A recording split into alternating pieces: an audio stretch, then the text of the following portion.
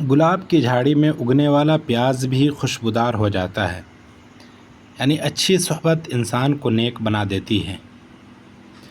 وقت، موت اور گاہک کسی کا انتظار نہیں کرتے۔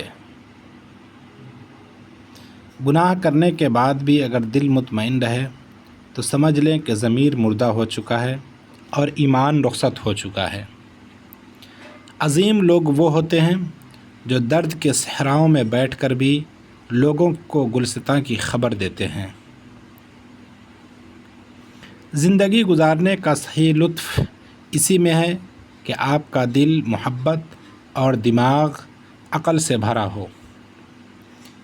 کسی پر کیچڑ مت اچھالو، اس سے دوسروں کے کپڑے خراب ہوں یا نہ ہوں مگر تمہارے ہاتھ ضرور خراب ہو جائیں گے۔ علم ایسا بادل ہے جس سے رحمت ہی رحمت برستی ہے۔ اس رب کی ناراضگی سے ڈرتے رہو جس کی صفت یہ ہے کہ اگر تم بولتے ہو تو وہ سنتا ہے اور اگر دل میں رکھو تو وہ جانتا ہے۔ خلوص اور عزت بہت نایاب تحفے ہیں، اس لیے ہر کسی سے ان کی امید نہ رکھو، کیونکہ بہت کم لوگ دل کے امیر ہوتے ہیں۔